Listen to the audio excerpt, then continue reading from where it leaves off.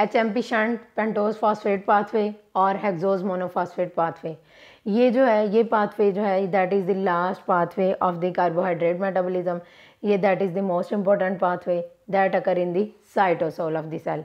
उसके अलावा that produces NADPH और ribose sugar. NADPH is the synthetic reductant और ये उन सेल्स में जो है वो HMP शंट होता है जहाँ पे NADPH की ज़रूरत होती है। उसके अलावा जो है राइबोज शुगर प्रोड्यूस होती है that produce the nucleic acids and nucleotides. इसके दो फेजेस हैं, इरिवर्सिबल ऑक्सीडेटिव फेज और reversible sugar phosphate interconversions. First step is the glucose 6-phosphate is the precursor that convert into 6-phosphogluconolactone in the presence of enzyme that is the 6-phosphate glucose 6-phosphate dehydrogenase. It is a rate limiting step and regulatory step. इसमें जो है वो NADPH produce होता है, एक molecule NADPH का बनेगा। Then the second step is the 6-phosphogluconolactone convert into 6-phosphogluconates in the presence of 6-phosphogluconate hydrolase और वाटर मॉलिक्यूल ऐड होगा। उसके बाद जो है third step is the that are all the reversible steps. Third step is the 6-phosphogluconate dehydrogenase की presence में जो है वो रिबुलोज 5-phosphate बनेगा।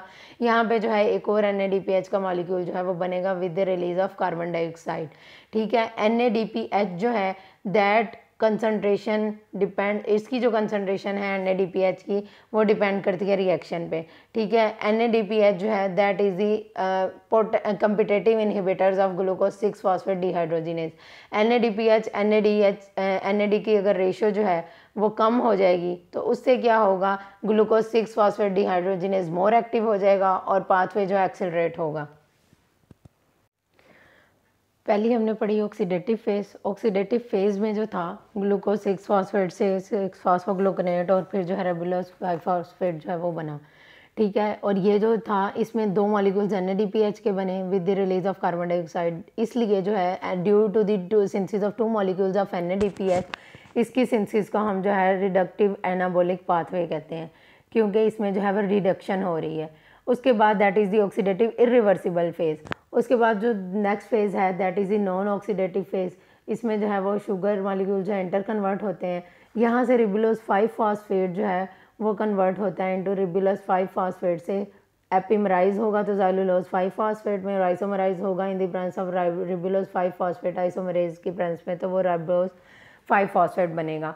ये जो रिएक्शन है ये पाथवे जो है वो उन सेल्स में होता है जिनमें जो है वो न्यूक्लिक एसिड की सिंथेसिस होती है। न्यूक्लिक एसिड और न्यूक्लियोटाइड्स दोनों की सिंथेसिस होती है और इसके अलावा 3 to carbon 7 carbon sugar atoms जो हैं वो इंटर कन्वर्टेबल होते हैं। ठीक है, ये 5-phosphate है, ये राइबोज 5-phosphate है इन द प्रेजेंस ऑफ ट्रांसलूकेज। ट्रांसलूकेज क्या करेगा, कीटोन ग्रुप का ट्रांसफ़र करेगा। इसके साथ जो है वो thiamine pyrophosphate as a coenzyme होता है। तो इसमें क्या होगा, ज़ाइलोज 5-phosphate से 2 कार्बन ट्रांसफ़र होगा to the molecule to form sedoheptulose. Sedoheptulose जो है वो क्या करेगा, 3 कार्बन ट्रांसफ़र करेगा। इसमें जो है वो ग्लिसरॉल्डिहाइड 3-phosphate, ग्लिसरॉल्डिहाइड 3-phosphate में कन्वर्ट होगा ट्रांस एल्डोलेज। ठीक है, ट्रांस एल्डोलेज जो है वो क्या करेगा, सीडोहेप्टुलोज से ग्लिसरॉल्डिहाइड 3-phosphate बनाएगा विद दी एरिथ्रोज 4-phosphate। ठीक है, अब जो है वो ग्लिसरॉल्डिहाइड 3-phosphate दोबारा जो है वो कन्वर्ट हो जाएगा किसमें, फ्रुक्टोज 6-phosphate में that are interconvertible and reversible. उसके बाद ट्रांस कीटोलेज की दोबारा प्रेजेंस में जो है वो 2 कार्बन ट्रांसफ़र होगा। इसमें जो है वो ज़ाइलुलोज जो है वो एरिथ्रोज 2 कार्बन ट्रांसफ़र होगा। उसमें जो है ज़ाइलुलोज 5-phosphate जो है उससे 2 कार्बन रिमूव होंगे तो वो ग्लिसरॉल्डिहाइड 3-phosphate में कन्वर्ट होगा। और अगर एरिथ्रोज 4-phosphate के साथ जो है 2 कार्बन के मॉलिक्यूल जो हैं वो बाइंड होते हैं तो that form the fructose 6-phosphate। Glyceraldehyde 3-phosphate and the fructose 6-phosphate are the glycolytic intermediates. ठीक है, ये ग्लाइकोलिसिस में एंटर हो सकते हैं। तो these sugars are interconvertible. Ketolase जो है 2 कार्बन ट्रांसफ़र कर रहा है in the with the thiamine pyrophosphate और उसके बाद ट्रांस एल्डोलेज जो है वो 3 कार्बन ट्रांसफ़र कर रहा है। उसके बाद जो है वो ट्रांसकीटोलेज अगेन जो है वो 2 कार्बन ट्रांसफ़र कर रहा है। These transfer of carbon forming the interconvertible sugar compounds that are also the intermediate of glycolysis and also form the ribose 5-phosphate and ribose 5-phosphate is also is used in the synthesis of nucleic acid and nucleotides and this pathway occur in all cells where nucleic acid and nucleotides are synthesized। उसके बाद जो है ये ट्रांसकीटोलेसिस और ट्रांसएल्डोलेसिस ही जो है ये इंटरकन्वर्जेंस करते हैं, और ये डिपेंड करता है सेल की नीड पे। If there is demand for the synthesis of nucleic acid and nucleotides, तो क्या होगा कि राइबोज 5 फॉस्फेट बनेगा।